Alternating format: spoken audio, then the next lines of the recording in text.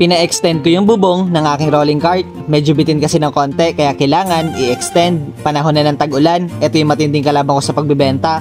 Kaya kailangan meron ako masisilungan. Umulan man na umaraw, tuloy-tuloy lang ang pagbebenta. Talagang inunahan ko na yung pwedeng mangyari. Ayaw ko kasing dumating yung point na magka-aberya muna bago gawa ng solusyon. Kaya di na ako nagdalawang isip na dalhin sa welding shop yung cart at ipa-extend nga ang bubong. Mabilis lang itong ginawa ni Kuya dahil halos lahat ng gagamitin ay meron na sila dito. Yero na lang yung binili ko. After magawa ni Kuya ay inuwi ko na din agad sa bahay.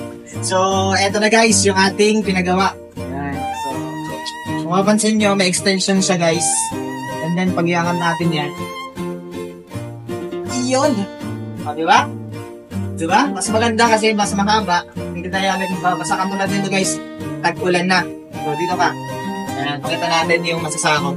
O, diba? Yan. Mas malaki na. Kasi nung una, hanggang dito lang. Nung una, hanggang dito lang. So, pag maglulup tayo, mababasa pa rin ako. Ngayon, hindi na. Ayan. Mas maganda, diba? All goods. Kasi guys, tagulan na. Matinding kalaban yung tagulan. Kahirapan tayo. Okay na yan. Pagtingnan na lang, pintura lang ang kulang para pupogi na yung ating cart ulit. Okay? All goods. Hello guys, magandang buhay. So panibagong araw na naman guys ang pagbebenta, and kung mapapansin nyo, ito na yung pina-extend natin na bubong. Ayan. So hindi magiging possible yan guys kung wala ang tulong ni Madam Lynn. Ayan. Thank you Madam Lynn, napakabait mo talaga. Thank you very much sa siya nag-sponsor nito guys para mapagawa natin to. Okay? So ayan, yung ating benta ngayon, mag-antay na lang tayo ng customer. Magluto na tayo, let's go. Maaga pa nga lang, ayan, dito na kami sa pwesto para mag-antay na magiging customer. Sa ganitong negosyo, kailangan talaga maaga kang gigising. Karamihan kasi gustong-gusto ang pandesal sa umaga tapos ipapares nila sa kape.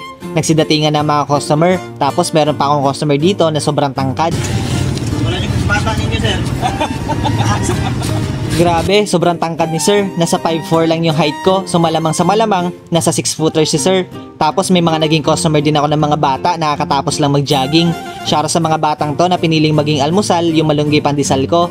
Tuloy-tuloy ang pagdating ng mga customer. Dumarating pa yung point na naiipon na sila kasi nagluluto pa ako. Ganyan ang eksena pag inabutan ako ng maraming customer tapos naubos na yung naluto. Buti na lang, willing sila magantay. At yun, nabigyan ko naman silang lahat. Okay guys, so yun. Sold out na naman tayo ngayong umaga guys. Wala muna tayong libre ngayon, no? Wala tayong libre ngayong araw. So antayin nyo na lang guys sa mga next vlog natin yung libre nating pandesal. So eto guys, tapos na ang ating benta. Sold out for today's video. Thank you Lord. Wala na rin. See?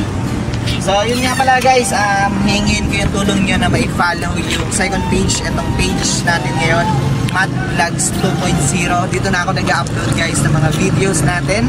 So yung main page natin guys is, okay lang din naman yun, pang share na lang natin yun guys, okay? So yan, maraming salamat po sa inyo guys, and thank you ulit kay Madam Lynn sa pag-sponsor na itong extension ng ating bubong. And maraming salamat po, and kita-kits tayo guys sa ating next video. Uwi na. So hanggang dito na lang guys. Huwag nyo kakalimutan mag-like and share. Kita-kits sa ating next video. Salamat!